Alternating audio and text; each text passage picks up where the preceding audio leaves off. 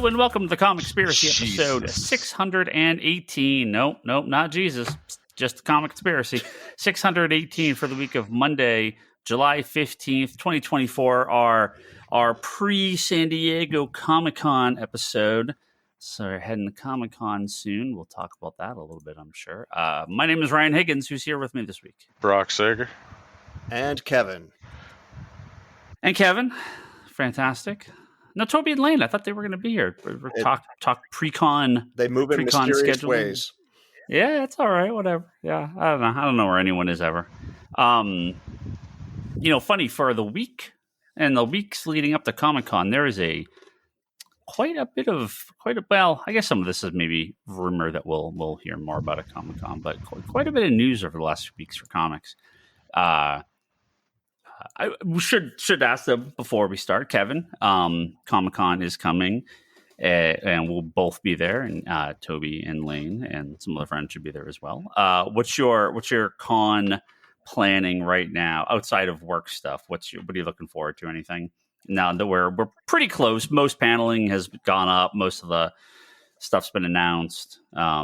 I know you have some work stuff to do there, like myself, but outside of that, is there anything that's kind of jumped out at you? I haven't thoroughly gone through the panels yet, but what's jumped out at me is there is going to be, not by design, a shitload of people at this convention who I know, who I very rarely bump into in person. Either professionals, art collectors, other press people, or just fans. This is going to be like a nonstop social whirlwind, nice. So you're gonna be drained Thursday night then. I got to pace myself a little better than that. The event Ryan and I are attending Thursday night. I'll be drained after that. Yeah, you're done. Yeah, yes. Yeah, it's weird. I feel what I've looked at for paneling and special stuff, and look, I mean, there's obviously there'll be a lot to do, but feels pretty light. DC Marvel usually have quite a bit of paneling. It feels like it's pretty limited compared to previous years. There's random Hall H stuff, which is the big, movie media thing going on. So clearly something will be from there, but does DC even have a Hall H panel? I don't even know. No, DC doesn't do a Hall H panel. They do their DC Universe one in one of those, the mid-size, the ones that are like two ballrooms together. That's yeah. So I know there's like Marvel will have a Deadpool thing at Hall H and a Marvel Studios thing at Hall H, but no major panels. Again, there's some stuff that has the potential. We'll talk about some of DC's leaked announcements shortly here, but I don't know. I kind of went through the paneling. Nothing really jumped out at me. And there's some cool stuff. I know we all put in to go to the Iceberg Lounge. I'm curious what that's going to be. Probably super lame, but you never know. Sometimes these things turn out cool. I don't even know if we're going to get tickets to it. We have some work stuff to do. So yeah, there's some. Some would say it has to be cool to get in there. Yeah, there's some club that's like becoming like photo ops for the Penguin show. But I have no, we put in for tickets for that, but I didn't even put in anything. There was some boys thing that you were talking about, Kevin. I didn't even see the specifics on that, what they were doing. You know who you need on for this topic. Come on. Yeah, I know. Toby. Yeah, he's the one that does all of that stuff. I don't do any of it. I never do any of the stuff outside. I'm sure Toby will talk all about it when we get back. I don't know. I feel like this is going to be a pretty chill con. So I'm not expecting to do too much. Okay, well, then you and I, if you combine you and me, it will be like a normal person's con experience. Well, I know people going, but I have no plans to hang out with anyone except for you guys. It's like you're not hosting, or you're not moderating anything this year, or well, not that I know of. No, I don't think so. You guys going to do an auction again? No, definitely not. Yeah, I have no idea. Yeah, again, let's find stuff to do. Let's just get the elephant in the room out of the way. Listeners, I'd like to apologize to everybody on behalf of the podcast and Ryan Higgins' selfishness in choosing not to room with Toby and depriving us of the content that would be coming out of this weekend experience. No. No, I go to sleep at like 10 o'clock now. He does. I wake up at like he takes naps at like 3 o'clock, 4 o'clock. Yeah, I got to go back and take a nap. Exactly. I'm next to the Dunkin', so it's all I need. Your selfishness has deprived us all.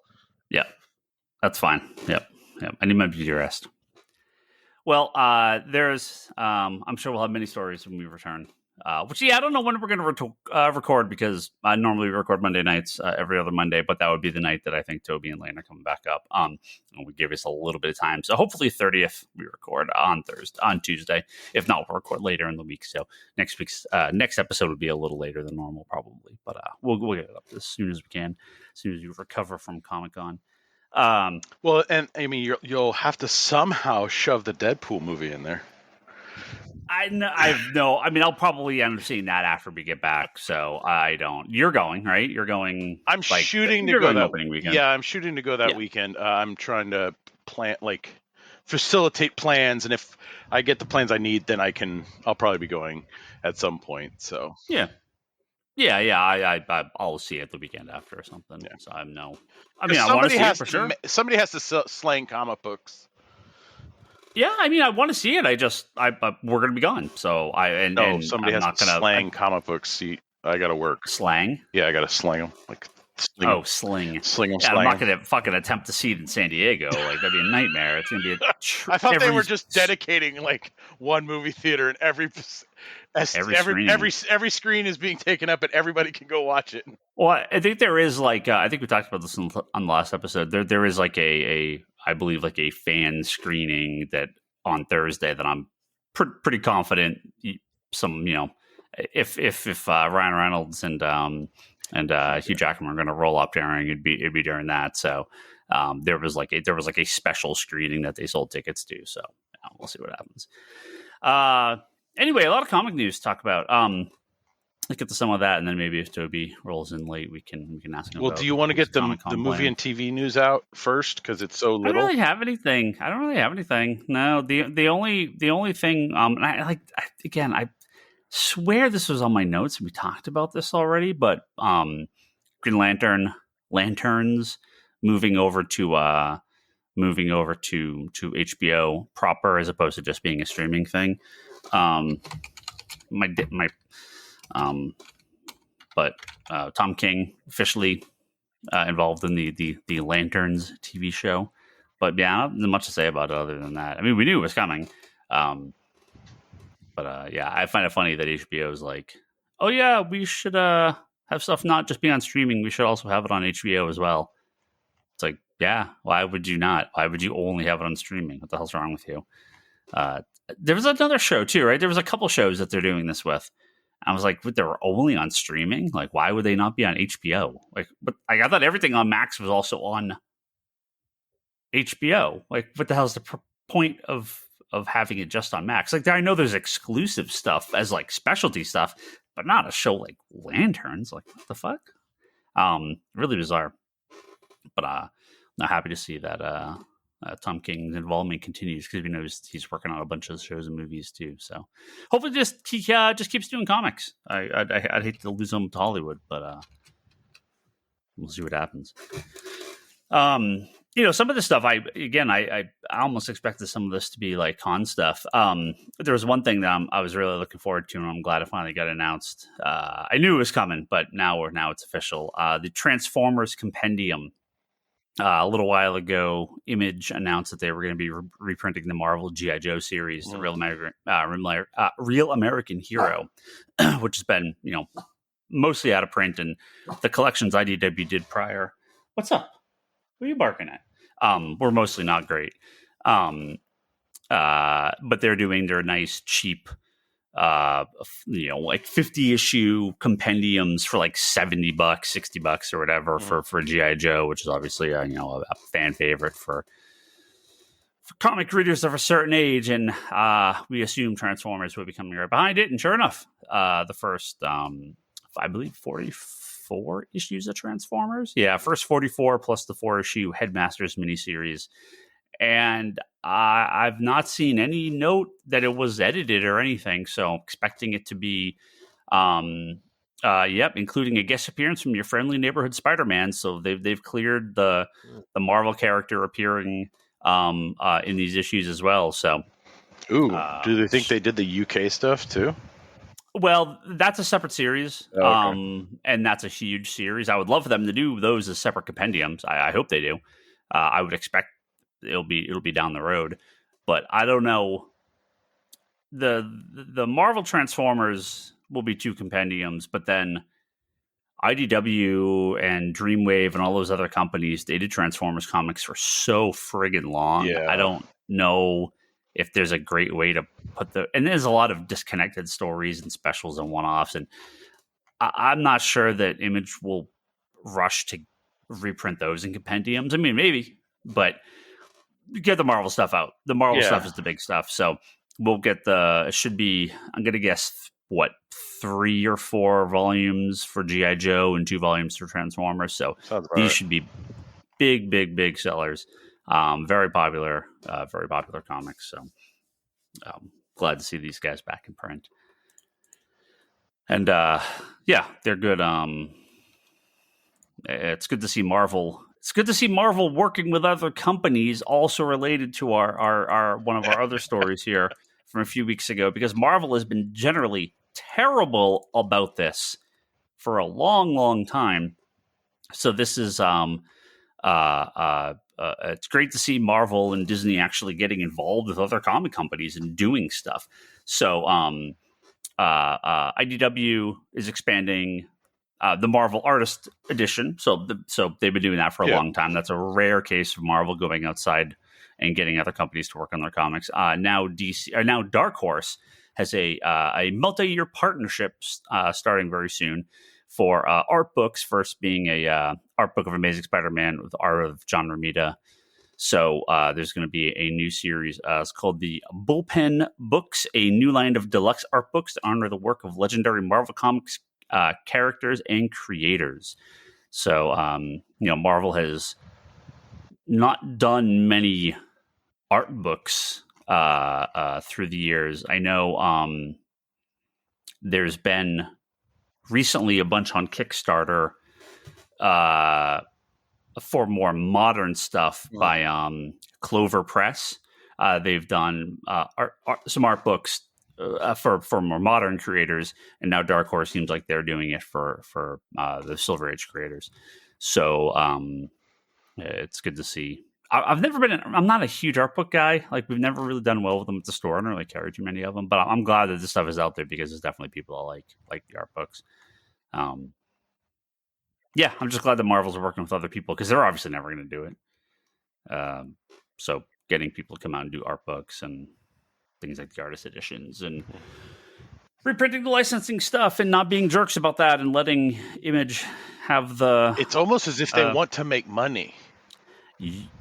You're going to sell. I'm not going to sell I'm not going to say significantly more, but you will sell more copies that people know that Spider-Man issue with Transformers is in there unedited. So as long as that's in there, that's a selling point, because that was, something that, there was a chance that they wouldn't get the rights to do that. Marvel's weird about that shit. Well, remember when Spawn lost or couldn't publish this handful of issues from Gaiman and the Alan Moore one, Moore one, and the Cerebus one, right? Mm-hmm. Yeah. Yep. But I think they do now. Yeah, they. Yeah. I think they got a lot of that figured out, which is good. It's good. I mean, again, you want it as complete as possible. I know there are times that there are certain issues that won't get reprinted for a variety of reasons, but yeah, you want them to be reprinted whenever possible. Are you referring to the amalgam omnibus that's going to be missing stuff? I have no inside information, but I am pretty confident the issues in the amalgam omnibus that people fear are being left out. What's the guy's name? I don't care. Chard Jones? I don't know.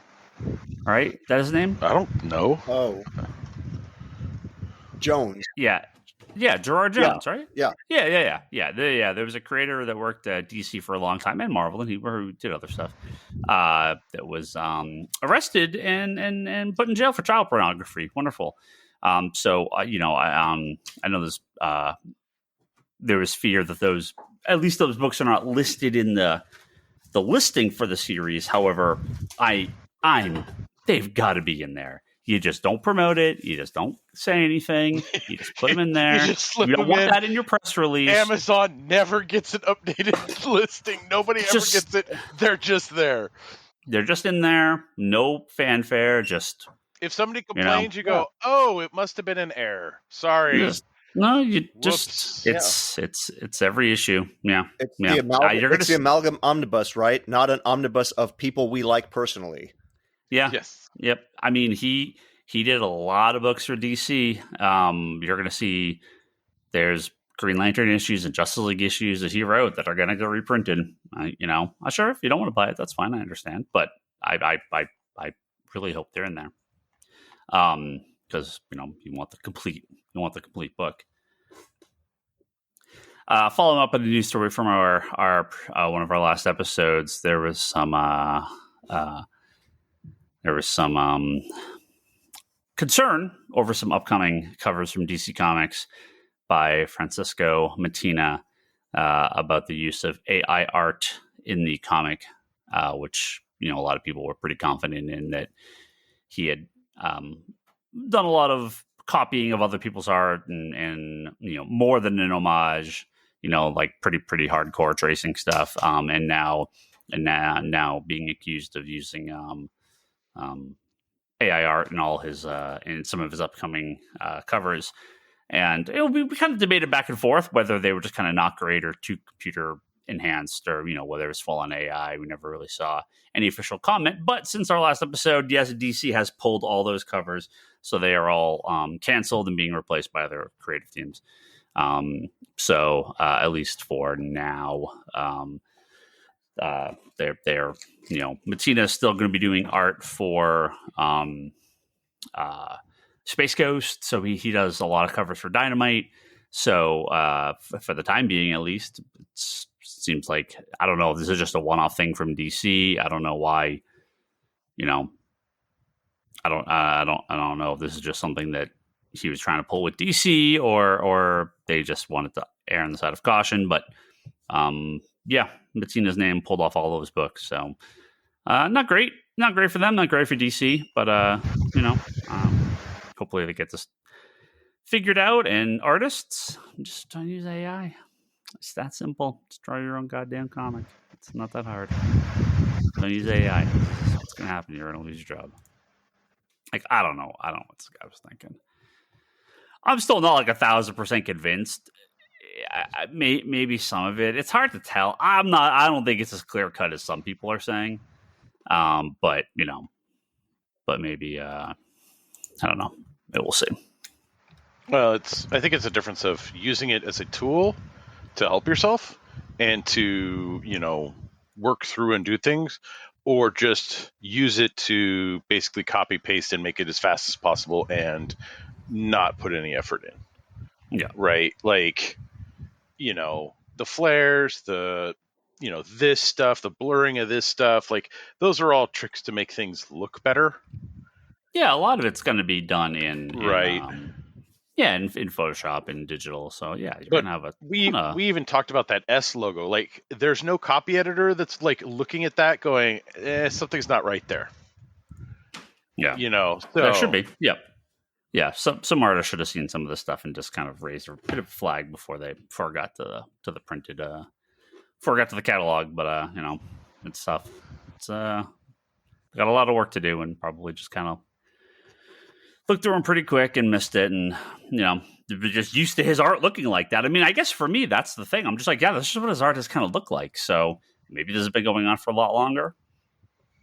I don't know. I don't know that Mattina's made any public comment. I haven't seen one. I haven't really looked, but I figure I would have seen it if he had made a comment. So I haven't seen it pop up in any of the feeds or threads I read. So, all right, Kevin, glad you're here for this one. Glad you're here. Because I want to talk about original comic art. And I know. Why do you want to hurt this man? Like, I know you love spending 5 figures on original commissions. Yeah. Yeah. Now, don't even talk to me if it's under 4 figures. Yeah. You're this close to being a 6-figure kind of guy. You are definitely in the art world for comic art. That is especially the last number of years has been sort of your kind of forte. I want to get your take on this if from maybe comments you've read from people in the art and art collecting world. A couple weeks ago, there was a big kerfluffle about the price of Jim Lee's commission pieces that went up. He number of months back, and I'm like very confident we talked about this on the podcast when these numbers went up. 9x12 artwork. His commission price is between $9,000 and $15,000, depending on backgrounds and additional stuff. Head sketches are $1,000. 11x17 full figure, 1 character, limited background, $20,000. Extra background or recreations, $25,000 to $35,000. So, the prices get up there pretty high if you want a full feature 11x17 with background, multiple characters, stuff like that. Jim Lee, just as a general rule, never do commissions, right? Not public, right? Not like a public commission list. So this is actually a public commission list that he has put up. That these are his prices going forward through Albert Moy, his art rep. Now I feel like this is a situation where 2 people said something and 50,000 people jumped in to defend Jim Lee. But I think it is worth mentioning. It is worth talking about a little bit because,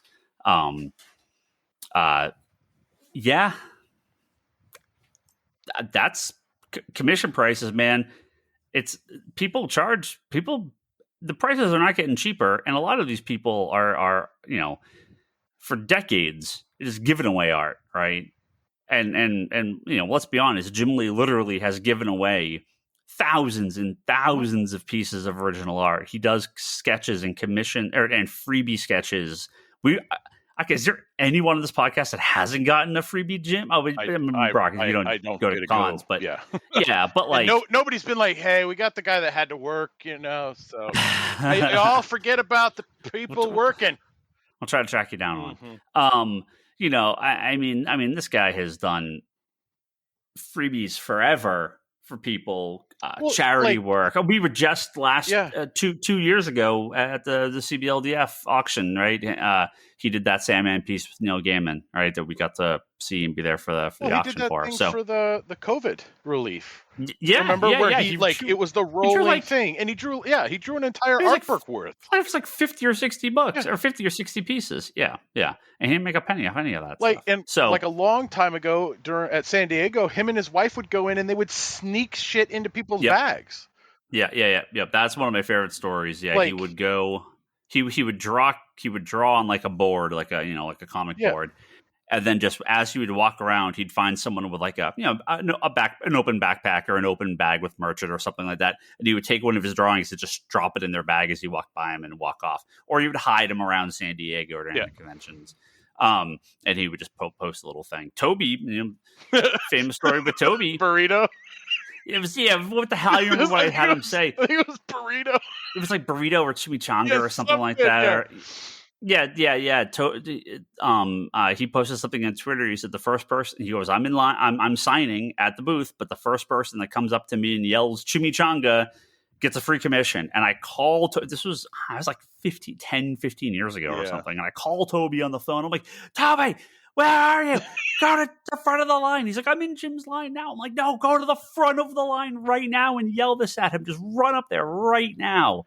And then he got a free commission from Jim Lee. So Toby had no idea what was going on. So I think people in the know are like, Jim Lee can charge whatever the fuck he wants because, Well, you also have to look at, he's been in the industry for how long? He's had, his reputation is what it's at. He's also a very busy fucking person. So for you to take his time, Like, Yeah, that's I feel like this is I don't really want to do this, but I get so many requests. So here's my price. And if you want to pay it, awesome. I'm just going to keep doing what I do. Mhm. So that's sort of my take. Kevin, I mean, when this happened, did you see a lot of, I mean, I'm sure you saw a lot of people that were like, yeah, those prices are probably on the cheap side for Jim Lee. Well, the arguments are, A, that's just greed. He's already got enough money. Why would you charge that much?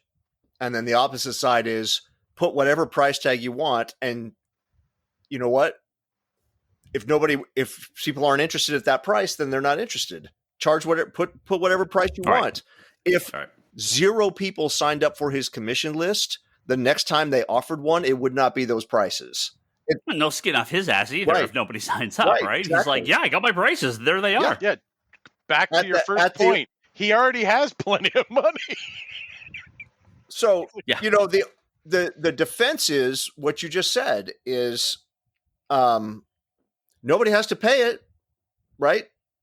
And the thing, if you want a Jim Lee commission, this is the price for it. There are hundreds, if not thousands, of other artists that you could get a commission from for less than that. You want Jim Lee, you're in the stratosphere. When I was at that Orlando show, you know who doesn't take commissions? He does like remarks and like doodles on sketch covers at cons is Sean Gordon Murphy.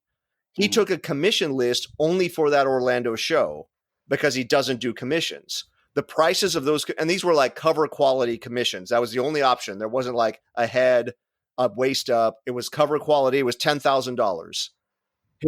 His list sold out. Yeah, because because he just doesn't do it, and you're going to get something amazing and high quality. And like Jim Lee's not going to give you some piece of shit for 20 grand, right? I'm sure he's going to do a good job. And I saw so many artists when this was coming out being like, the problem is not Jim charging $20,000 or $30,000. The problem is everyone else charges way too little for commissions. Like, there's a lot of fan art stuff out there, and a lot of people like Artist Alley and anime cons and stuff are like $50 commissions, and it's like that's just not realistic to any actual working artist, right? It's just not like this is fan stuff. That's fine. Yeah, a piece of art that's going to take the guy hours or a day to do, all right? It's not for a job. It's not for something that's going to get repurposed later that they're going to get paid in when it's reprinted or something. This is a one-off thing. So if you're going to take the time, that's why an artist who I love is Mike Mayhew. He doesn't do commissions ever. And his reasoning is it takes me the same amount of time as to do something that's going to be published, to do a thing that's going to go in somebody's private collection. So what's my incentive? Why would I possibly do that when it's not like you knock out a commission in a half hour on your lunch break and then get back to your real work. It takes, there is a set amount of time that a drawing takes to finish. And look, for me personally, I'm not signing. I've never paid more than 3 figures for a commission. And if you're talking about those kind of numbers, and this is me, Lane might have a different answer. God knows I know so many art collectors who would have a different answer. When you get into the 4 figures, and especially when you're rising up in the upper 4 figures, if I'm paying that, I'm paying for published art. I'm not paying for a commission. That's just my personal kind of line in the sand. Others disagree, and I'm sure you're going to see some amazing Jim Lee commissions. And I'm looking forward to looking at them. Well, the other thing too is the artist can put in all of this time for a commission for somebody, right? And that person just turns around and sells it. The hard thing the hard thing with commissions is it's got to be a character that's super popular. So you might think, oh, it's easy to flip a Jim Lee commission. Yes, you could. If somebody were to pay that with the intention of making a profit off it, I think they're insane. I don't think you're going to see at those numbers. I don't think you're going to see it. I think you probably saw that a lot in the smaller figures, especially with an artist like Adam Hughes, who now charges way, way, way more than he used to. He does the quickie con drawings that are like $100, and it takes him 10 minutes to knock one of those out. But the things that he used to charge, and Lane could quote the prices on this better than I can, but let's just say for the sake of argument, the thing you used to be able to get from Adam Hughes for $200 is now going to cost you $5,000 Yeah. because of flippers. But commissions as a investment for making money on is a really, really bad investment. Yeah. Well, you're also, I would assume, if you go to Albert Moy and you get a Jim Lee commission and you turn around and you flip that thing immediately or try to, I'm gonna get the feeling you're gonna be blacklisted from everyone's commission list at that point, because that's not the point of those. And selling it down the road is if somebody passes, it's part of an estate, right? Like that's right. Different. Or decades later, I mean that's a bit of a different thing. But yeah, I mean, I think I think that person would be pissed. But at the same point, that's why those prices. You start charging fine art prices for this shit. Yeah. Would you rather have some of this bullshit fine art or Jim Lee as this Cap and Wolverine? I'd much rather have that. I don't fuck these guys making $5 million on this bullshit fine art. Give me have Jim Lee start paying $5 million for some of this stuff. I'd rather this Silver Surfer and Galactus piece than whatever shit they're gonna put in some museum. Are you kidding me? But it's considered like it's like pop art. It's characters. It's not, it's not fine art. So like, it's never going to go for those prices. But you see those prices with original published work. You see that printed, original art going for hundreds of thousands of dollars, if not millions, for full painted cover pieces, right? Yep. So, well, and people seem to forget that like artists get commissioned to do stuff all the time by people who can afford to pay those prices. Like, there are people that get commissioned to do things that are much bigger than an 11 by 17. Yeah. Right. Yeah, but you never see it because it's in somebody's house. Right. Or it's in somebody like because it's somebody was like, oh, I really like, I make a lot of money. I don't need a lot of fanfare, but I like your work and I want you to do something. Like, yeah, I don't understand. People are just the worst. It must be nice to be able to drop $35,000 on a commission. Yeah. I wish I was in that position, but I think but hey, the dream of every commission collector, and I think I could safely say this, the dream of every commission collector is that you get a commission, a private personal commission, which then gets, shall we say, rented by a publisher to be a cover, like a variant cover. Yeah. And that does happen. That's happened with a lot of Art Adams pieces. And I bet somebody paying that Jim Lee price especially for the nicest price tier, has that thought in the back of their head. Because now what you've invested in, and this goes back to Brock, what you were saying, now what you have in your collection is published art. Mm-hmm. Original variant cover art. I mean, obviously, there's no original art because he does it digitally. But the Harley Quinn variant cover we got from Mikhail Hanin way back before he blew up. That was from 2016 when we got the store cover. The store exclusive cover we have. They did end up printing that artwork in one of the DC art books, and I was like, oh, that's awesome. That's the cover we have for our at the shop. So like that's super neat. It wasn't just our special cover; like they actually used that in other stuff. So I was like, oh, that's fucking cool. So that's that's I'm really excited for that. I assume anyone in the art collecting community and that gets commissions and know how this stuff works is like, yeah, you probably should charge even more, Jim Lee, but let's start the ball here and go up and see where you end up. But I mean, I get it, right? All of us sitting here would love to get a Jim Lee commission for a tenth of that price, 1% of that price, but we can't afford that. But it's like, I also completely understand, because if he charged $350 or $3,500, he would be inundated forever and it would never end. Yeah. Right. Like, so yeah, then he would have to, maybe just do AI generated commissions and try in the style of Jim Lee. Just pump the thing full of his and be like, yeah, just draw him. And then he just dunk. That's not. Well, we got some. No, we I got some. I know that's the bad timeline. I know. Oh yeah. We got a couple rumors, and one's a little bit more than a rumor. A couple of rumors of some bleeding stuff. cool over here? Yeah, well, yeah. Some rumors of stuff that we may hear about at San Diego Comic-Con. One of them is the return of James Robinson and Tony Harris to Starman at DC Comics. Now, this has been a long. I still have to get those rumored- 2 compendiums. Yeah, it's fantastic.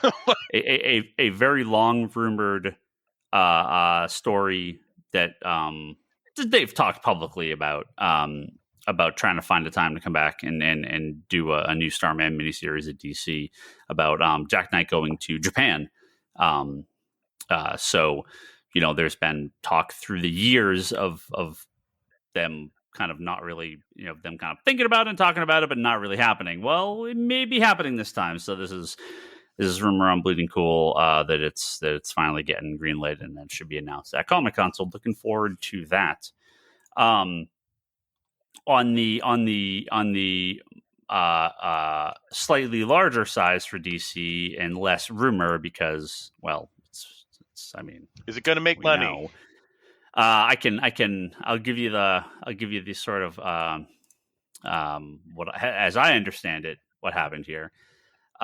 We had heard for a while that there were some plans at DC to do a sort of Ultimate-like line at DC, getting some high-tier creators to come in and sort of reinvent some of their characters for the modern day. Now, this is not a New 52 reboot. This is not, replacing the current continuity. This is just a sideline like Ultimate is to the main Marvel universe, that this line of comics would be a sideline to DC of trying something a little bit different, a little bit more modern, and see where it goes. The phrase absolute DC or absolute universe has been thrown around a lot. No, and please don't. Please. And it seems like what happened is that a promotional ash can that was supposed to be sent to stores post Comic-Con got sent to some stores before Comic-Con. So, oops. And as of this recording on Monday, we are hearing there was a post officially by DC Today that on Wednesday at 12 noon Pacific, so of course I will throw this up at the store while I'm there on Wednesday, 12 noon Pacific, Scott Snyder and Josh Williamson will be on to talk about some upcoming things from DC Comics, likely this absolute universe. So what do we know? We don't know much. There was an ash can floating around. There's talk of a few other. There's a talk of some other books. The only thing we kind of know anything about is and I had the artist here. Where the hell is it? Scott Snyder on Absolute Batman with boy, and I completely have dropped the name of the. Nick Dragotta doing the art.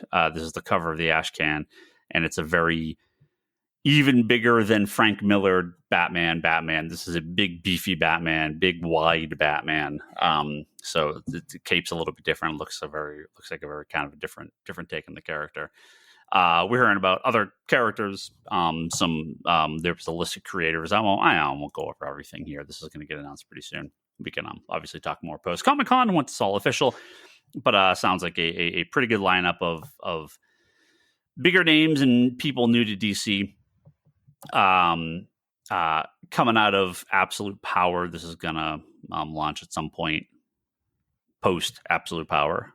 Absolute Universe, Absolute Power makes sense. Something happens at the end of the series, I guess, that it's going to tie in with these books coming up. Now, what I had thought was, I love Scott. Obviously, we've had him on the podcast talk about Scott all the time. And him coming back to Batman, especially something like Absolute Batman, seems to, that makes sense. Do something a little bit different. Seeing this in news, and especially now seeing Josh Williamson involved in some way, I almost wonder if they may kind of do a little split here where we get sort of like a Mark Waid, Josh Williamson, like main DC universe, and a Scott Snyder, like ultimate absolute universe, right? Because Josh, the Williams, the way he's written his books, I'm not sure that I'd be the first to sign him into doing a like an ultimate style book. He seems to really be attached to like the more classic traditional takes on the characters. Mark Waid obviously doing a ton of stuff at DC, running Absolute Power seems like a real, everything he does in Batman, Superman, World's Finest seems like a natural fit, right? So kind of those two guys running like them, kind of like show running the main DC universe, and then give Scott Snyder and whoever else. Kelly Thompson was named, Al Ewing, a few other creators coming to do more stuff. Give those guys kind of the run of the Ultimate Universe. So we'll see. We'll find out what happens, and we'll obviously find out. I don't know if they're going to announce everything on Wednesday, but I expect by Comic-Con we'll know everything. But it should be interesting. My biggest fear is replacing any of the main titles. I don't want to see. I want this purely an addition, and DC's been pretty light in this publishing schedule. I don't want to replace 4 or 5 ongoing books that currently exist with these. I want more. DC could use a couple more books in their line. They're pretty thin right now, and I know a lot of books are ending. But my hope is that we get, I'd like to see more classic characters return. While they're also doing these sort of ultimate versions. It's going to be hard to not say ultimate. I mean, that's just going to be the comparison, I think, constantly. An absolute ultimate. Absolute's the worst pick for that name title. Why? Because absolute editions are going to confuse the fuck out of people then. Because it's like, that's what the size of something is. Like, it's absolute Batman Long Halloween, absolute Batman the Black Mirror. Like, it's the title of the type of edition that you're doing, because it's a specialty thing. Because you use like Absolute Power is fine. It's the title of like a mini. It's fine. It doesn't absolute power. Well, I mean, AA power. But when you're going, we're gonna ultimate. We're gonna and him coming, or Scott Snyder coming back to do Batman, isn't it just the Batman from the previous one he did? What's that? Because he did that stuff with Dark Knight or Last Night, right? Yeah, but that's I think supposed to be like in continuity. Oh, yeah. I don't know. I don't think Absolute is the way to go with it. I mean, cool that they're trying it, but I don't know if the Absolute's going to stick.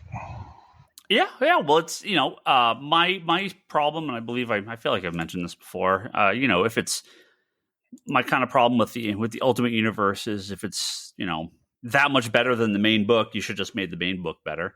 If it sucks, what's the point, right? It's like, why would you just give us the regular character?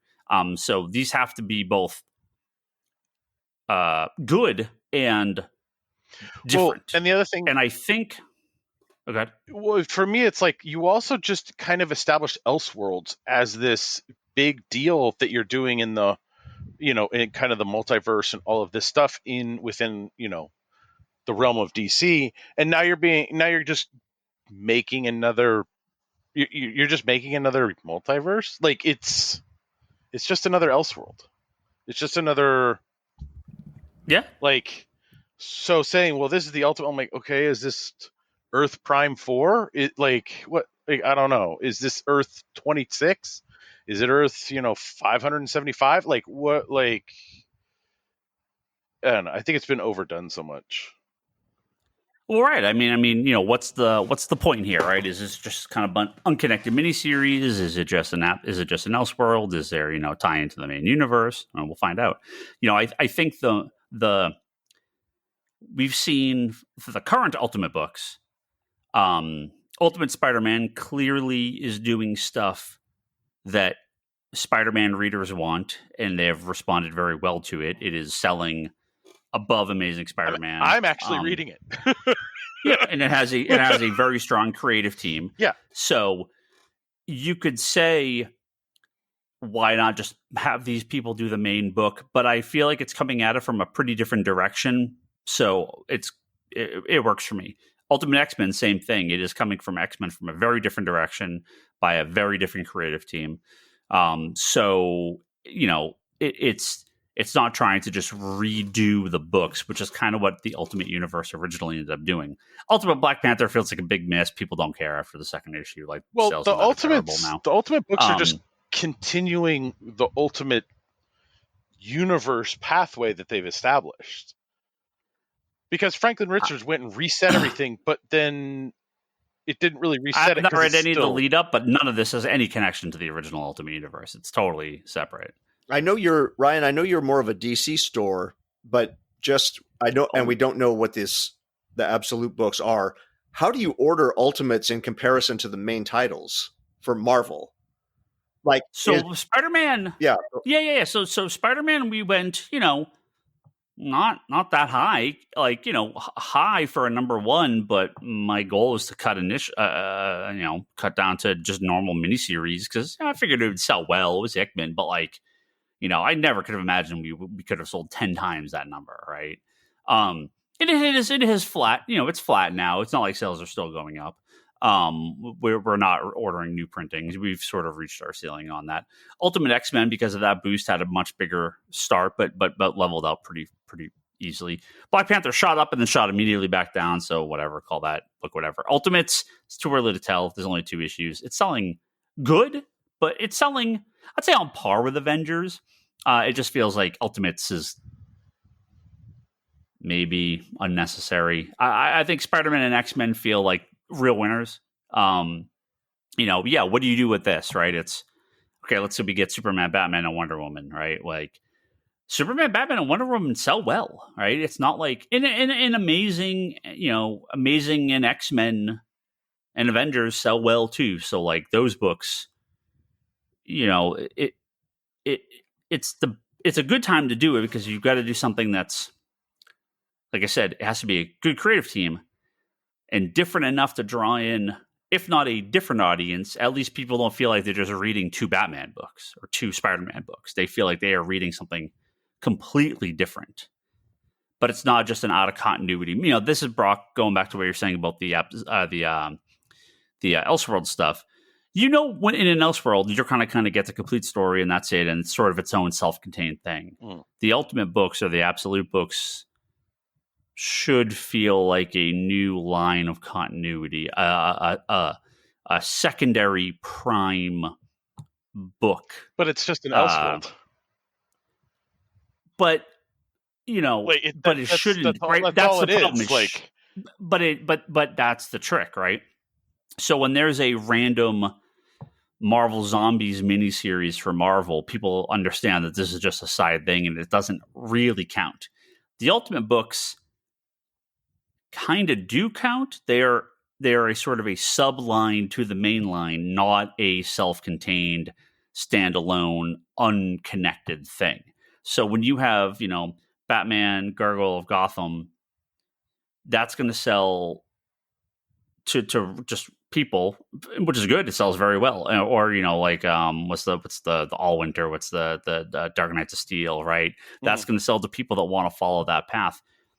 The Absolute stuff should, in theory, sell to people that want to read a connected universe, but separate from the main universe. It's Elseworlds and the What Ifs are these sort of completely standalone. They could be multiple volumes, but they are their own book, their own disconnected universe. The Absolute stuff and the Ultimate stuff should have some relation to the main universe in some fashion. Now that we've sort of Ultimates is kind of a thing at Marvel. It's, well, I mean, you could call it an Elseworld. I mean, technically it is, but it's not the main line. So if that's what you want, if it's not the main line, then it's an Elseworld, then sure, it's an Elseworld. But that's not how DC is going to look at it. Well, no, they're going to look at it from how can we spin this and make it seem like it's something. But at the end of the day, it's like everything, even the Ultimate Universe, is a multiverse within Marvel. And it's now interconnected with Marvel because Miles is now over in the regular universe and no longer part of the Ultimate Universe, right? Franklin Richards from that, or the maker, I don't know if it's Franklin, I can't remember, but the maker has been jumping back and forth between all the universes, right? So, it's like, okay, are we going to get like another Anti-Monitor out of this? Like, I get it's a more modernization. It's like, well, what if we started, Batman, Wonder Woman, and Superman today, right? Like, I get the modernization spin on it, but it's just a multiverse or an Elseworld. And it's not this universe yet until the popularity deems it so. And that's what Ultimate Universe is because it's been around for so long.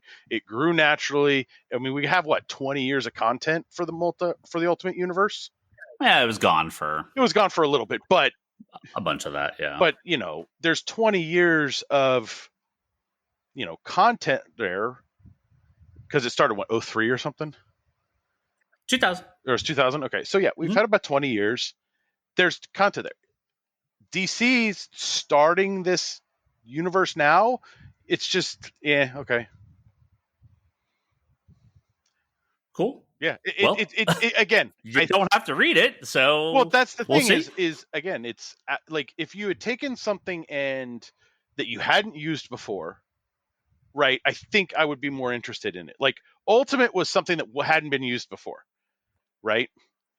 Marvel hadn't used it in anything. It was just Ultimate Universe. DC going, well, Absolute Universe. You've already used Absolute. Well, are you mad because they're using the name Absolute? Or are you mad because of where the book's place? It's not mad. It's literally just you want to start something new and fresh. Don't use something old. Like we went through this with Marvel, all new, all different. Jesus fucking Christ! Like, no, it's not all new. It's not all different. Like, just stop with it. Right? Ultimate, I get, but no, Absolute. It's already out the gate. Something I'm just like, okay, here we go. Okay, well, yeah. I mean, we'll see when the books come out. I mean, I could care less what a book is called. If a book is good, it is good. That's if it's good, cool, fine. Yeah. Right. But glad we had this conversation.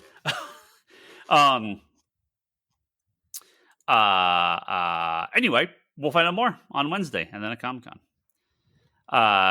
Two other big things that happened of various levels. Again, big maybe on on our side, less so the consumer side. But and then two things leading up to Comic-Con that are noteworthy.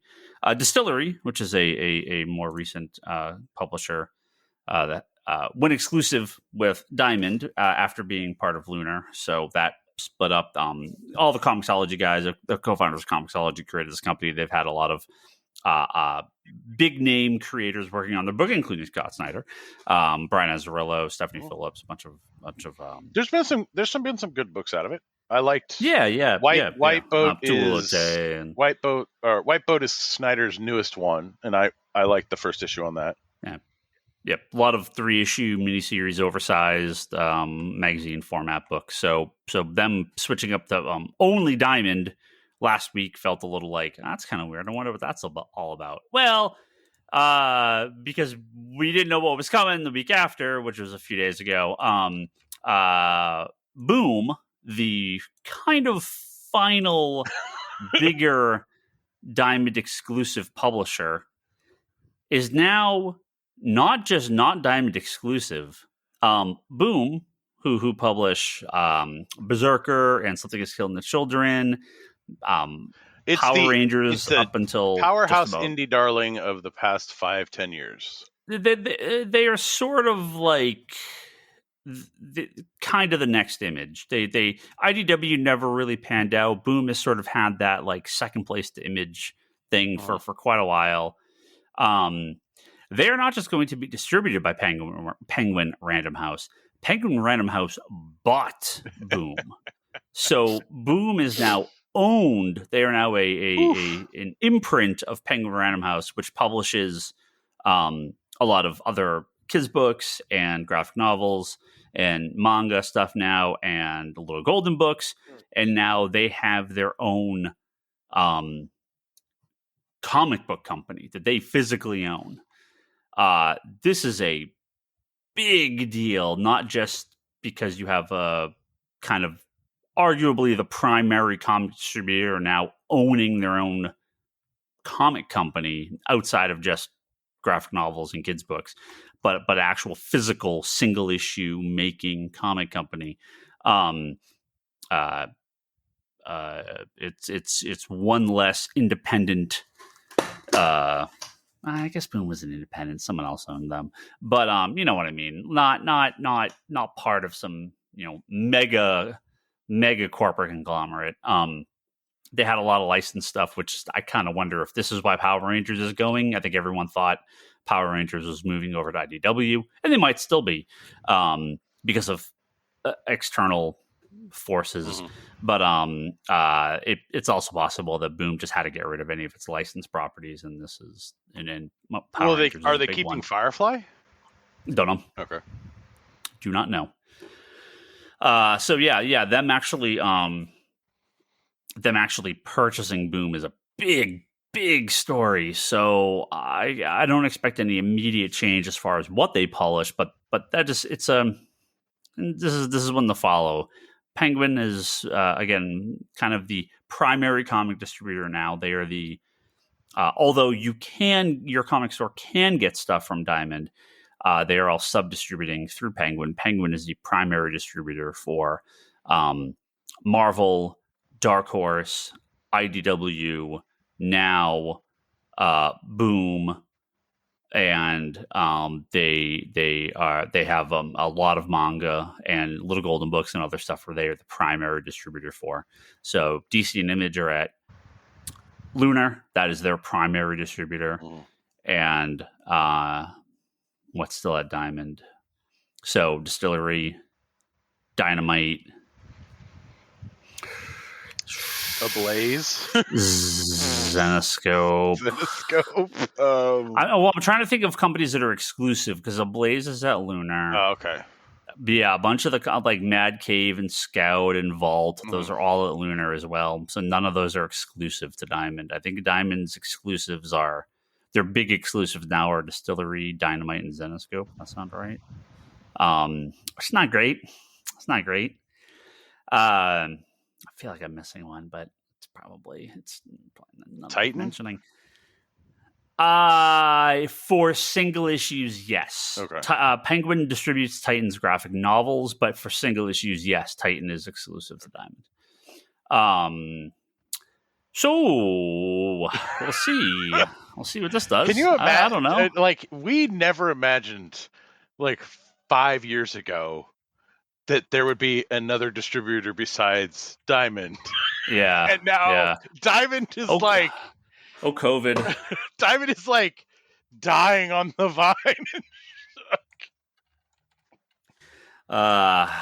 It's it's tough. It's tough. You just don't exactly know what they're gonna do long term. They've definitely had some trouble. I have no clue. I have no clue what the future of Diamond is. Toys. I mean, there's exclusive stuff in there, but I can't imagine they're going to do too much. The small comic companies will still go to them, but yeah, it's no good. Well, because I know IDW now does their own catalog outside of Diamond, even though it's inside. Yep. DC has done their own catalog, Connect, for a while. Marvel has their own previews. So I mean, Image going to follow suit soon? Well, Image has their own print or a digital catalog through Penguin, okay, or through Lunar. But yeah, they don't do a print one yet. They haven't print one anymore. No. Finally, let's wrap up on some sad news. 7% down. Because time keeps ticking and everyone great keeps dying.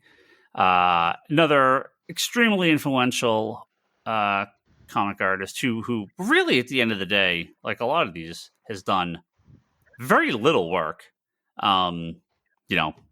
Really, he had not done much work. But Michael Zulli, I think everyone on this podcast remembers him as one of the fantastic artists on Sandman. He did the last one, right? So he Wake. did issue 13, and he did the Wake. He's done very little. He's done very few issues of Sandman, but when he's done 4 issues of Sandman, that's enough, issues, right? Though, yeah. The Wake's unbelievable. Yeah, the Wake is amazing. Yeah.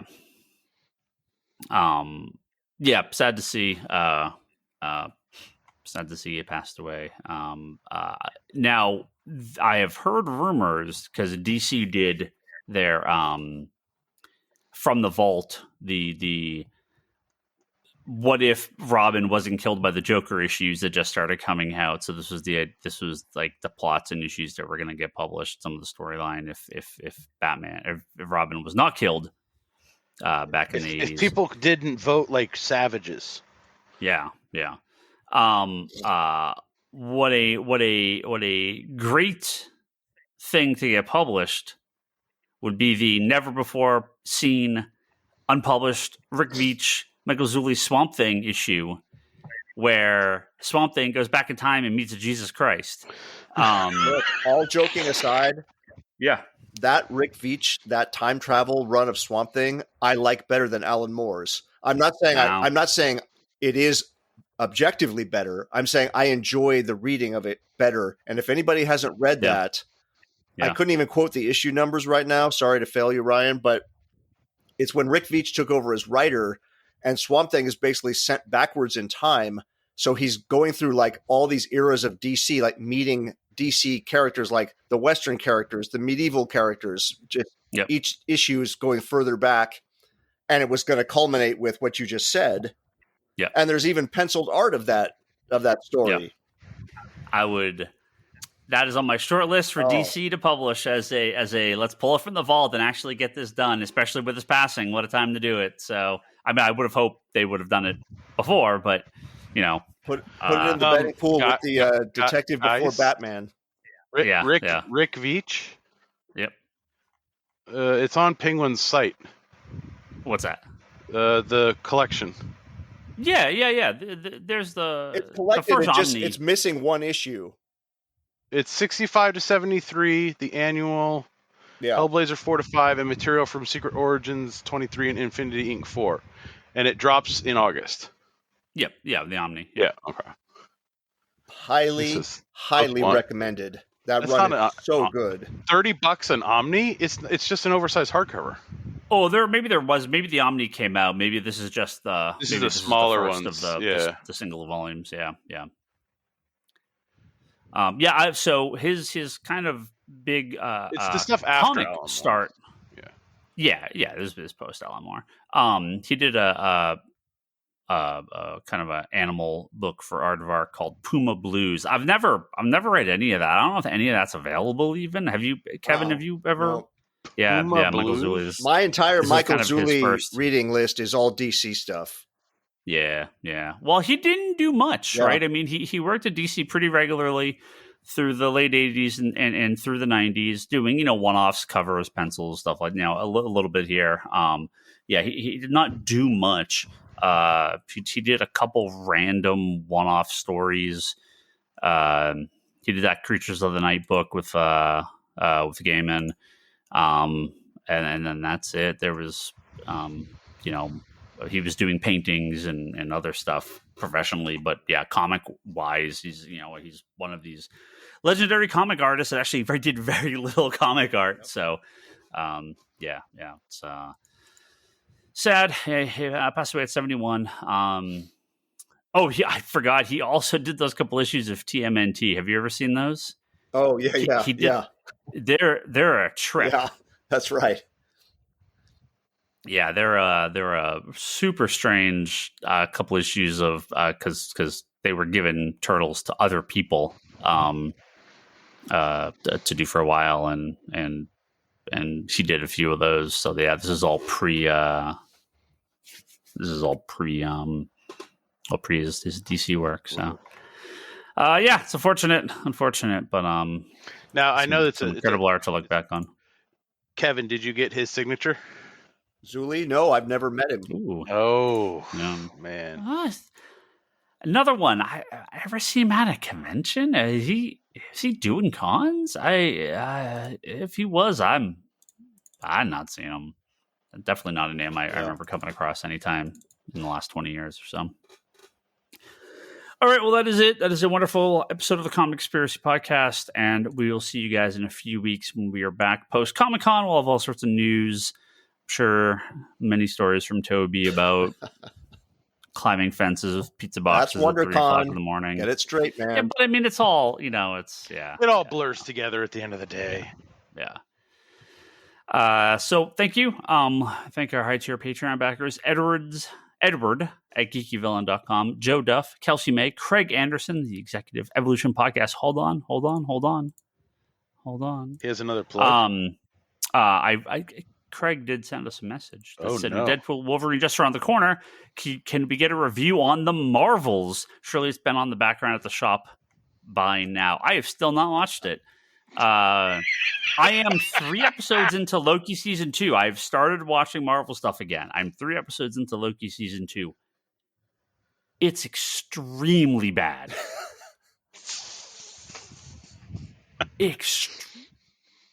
Toby would be pissed right now. Wait, I thought that was a Toby recommendation. Yeah, Toby said Loki? It was great. Loki 2. Loki season 2? Yeah.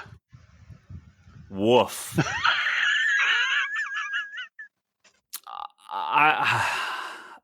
Dude, I'm telling you, man, Secret Invasion killed me.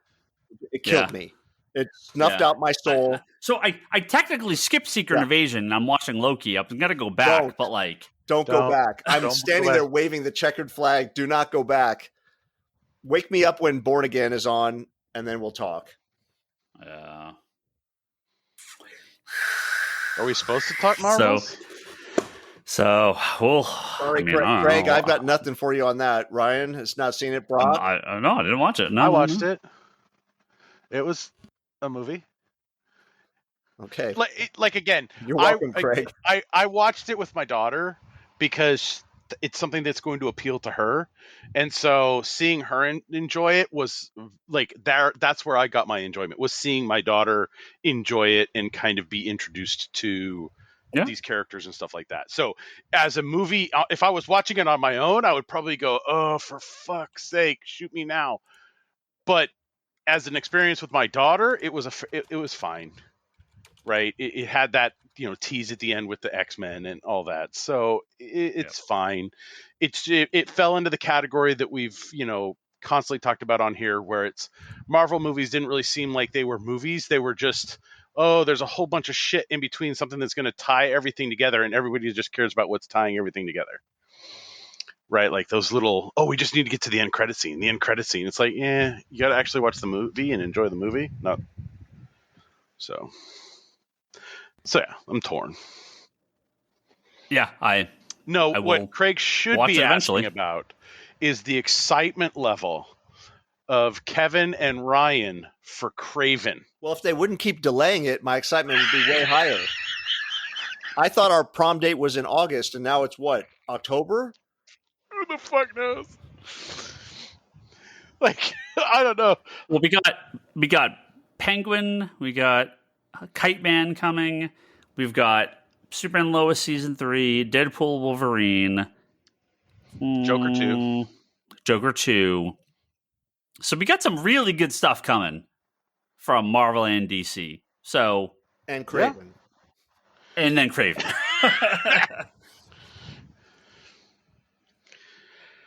I don't know, man. Yeah. Well, so Ryan, will you be finishing Loki season 2? Oh, I will. Yeah, Leanne's out. Leanne's like, she really likes season 1, and we started watching, and she's like, I have no idea what is happening in this show. What the fuck is going on?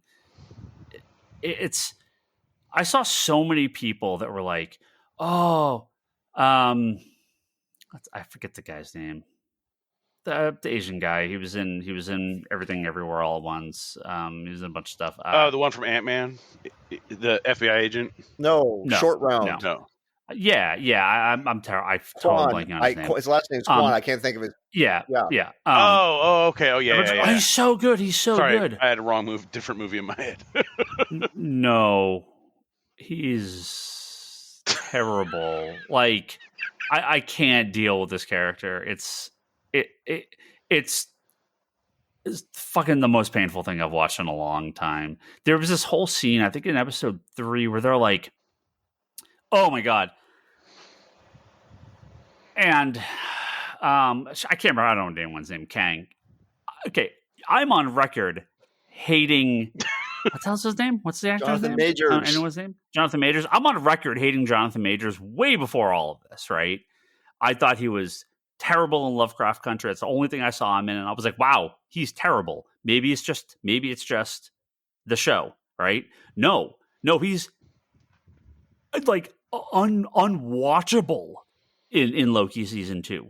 He is the most annoying, unwatchable character I've seen in a TV show in a very long time. I hated him in the finale of season 1. I hate him 10 times more in this.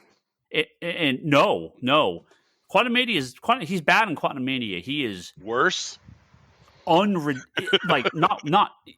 character is atrocious. It is so annoying. They're like, okay, we have this idea. We don't know how to make a TV show. We have to stretch out every episode as long as we possibly can. So let's have every character, let's have him mumble and stumble around his words for 40 minutes in every episode so we can stretch out every scene as long as possible. And then Ouroboros, right? I don't know what to call him, right? The other guy. Like, he's just gonna it's like some fucking wacky slapstick comedy where he's just like repeating words back and forth forever. And the show never fucking goes anywhere. And then there's this whole like wacky chase scene in episode 3 where they're in the past and there's like banana peel slipping noises and like it sounds like circus music. And I'm like, what in the fuck am I watching? It is so goddamn terrible. And this apparently was the good show of the modern. And the punchline to all of this stuff. is you're going to keep watching. I will finish it. I mean, what if I'm done? What if I've already? No. What if I give 2 fucks about and Secret Invasion you're going to skip? Oh, I'll try. God, boy, I survived. The opening credits were AI generated. I survived the last 2 seasons of Flash and Legends of Tomorrow. I could deal with 6 episodes of Disney Plus garbage. Like, it's fine.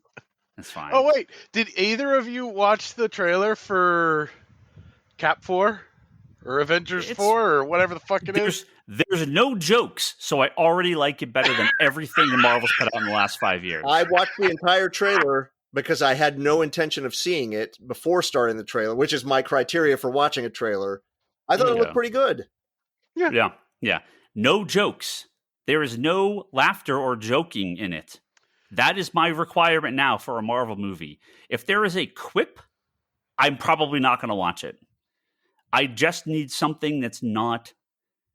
It felt like it was going to be more along the lines of Cap Winter Soldier. Please. Right. I'll take 10% of Winter Soldier at this point, okay? 10%. And that had the elevator scene in it, didn't it? No animals making funny faces, no joking, no quipping, no laughter, no slapstick, just Marvel and Disney. On your you left. are not funny.